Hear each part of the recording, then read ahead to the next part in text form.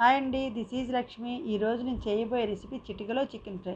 దీనికి కావాల్సిన పదార్థాలు: అర కేజీ చికెన్, 2 స్పూన్స్ అల్లం వెల్లుల్లి పేస్ట్, 2 స్పూన్లు గరం మసాలా పౌడర్, కొత్తిమీర, 2 ఉల్లిపాయలు, పచ్చిమిర్చి. ముందుగా పొయ్యి మీద బాండీ పెట్టుకొని 4 స్పూన్లు ఆయిల్ వేసుకొని గోల్డెన్ బ్రౌన్ కలర్ వచ్చే వరకు ఉల్లిపాయలను వేయించుకోవాలి. ఇలా వేగిన తర్వాత దానిలో చికెన్ వేసుకొని కూర మొత్తం బాగా కలుపుకోవాలి. ఈ కూర లంచ్ బాక్స్లోకి ఈజీగా అయిపోతుంది.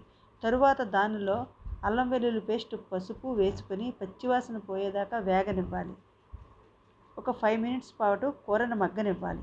తరువాత దానిలో 2 స్పూన్ల కారం వేసుకొని కూరను బాగా కలుపుకోవాలి. ఈ కూర బ్యాచిలర్స్ కూడా ఈజీగా వండుకోవచ్చు. తరువాత రుచికి సరిపడినంత ఉప్పు, 2 స్పూన్ల గరం మసాలా పౌడర్ వేసుకొని గోల్డెన్ బ్రౌన్ కలర్ వచ్చే వరకు వేయించుకోవాలి. 15 మినిట్స్ పాటు మీడియం ఫ్లేమ్లో కూరను వేగనివ్వాలి. ఇలా వేగిన తర్వాత కొత్తిమీర చల్లుకొని దించుకోవాలి. ఇది తినడానికి కూడా వేడి వేడి చికెన్ ఫ్రై రెడీ అయింది. దీనికి కాంబినేషన్గా సాంబార్ ఉంటే బాగుంటుంది.